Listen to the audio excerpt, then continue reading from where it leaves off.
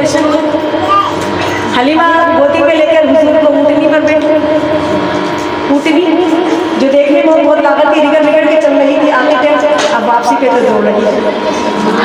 ऐसा लग रहा है कि कोई ताकत और जाम मिल जाए। दोस्तें पीछे से मुड़ मुड़ के देख रही, हलीमा हमसे पीछे थी, आगे कैसे निकल गई? हलीमा हमसे पीछे थी, आगे कैसे निकल गई? अब हलीमा देख रही है, हलीमा देख रही है कि जिस रास्ते से हलीमा गुजरती है, हलीमा की ऊँटनी नहीं गुजरती है, वहाँ पे एक बादल चल रहा है साथ में। अब हलीमा देख रही है कि जिस रास्ते से हलीमा गुजर रही है, ऊँटनी गुजर रही है, कोई भी दरख्त लंबे कद वाला भी गुजरता है तो वो छूट जाता है। हलीमा देख रही है कि हलीमा से पीछे जो ऊँटनी रह गई थी, वो हलीमा की ऊँटनी को दौड़ के लेके सलातो व सलाम अलैका या रसूल अल्लाह, सलातो व सलाम अलैका या हबीब अल्लाह। हलीमा की ऊँटनी जहाँ से गुजरती है, उस ऊँटनी के कदम बंजर जमीन पर पड़ते, वहाँ पे घास आना शुरू हो जाती है। हलीमा सारे मुझपर देख रही है, हलीमा मुझ पे देख रही है। हलीमा जैसे ही घर में घुसती है, गुर्बत का ये आलम है कि घर में कोई भी चलाने वाली चीज नहीं है जिससे रोशनी हो जाए।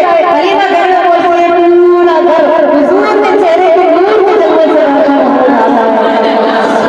हलीमा को तो हुजूर का मुंह साफ करने की जरूरत ही नहीं पड़ती है, गैस से खा करना हुजूर का मुंह साफ हो जाता है। हुजूर के संदर ढक जाते हैं, हलीमा को जरूरत ही नहीं पड़ती है, हुजूर को झूले में डालते, झूला खुद ब खुद झूल रहा होता है।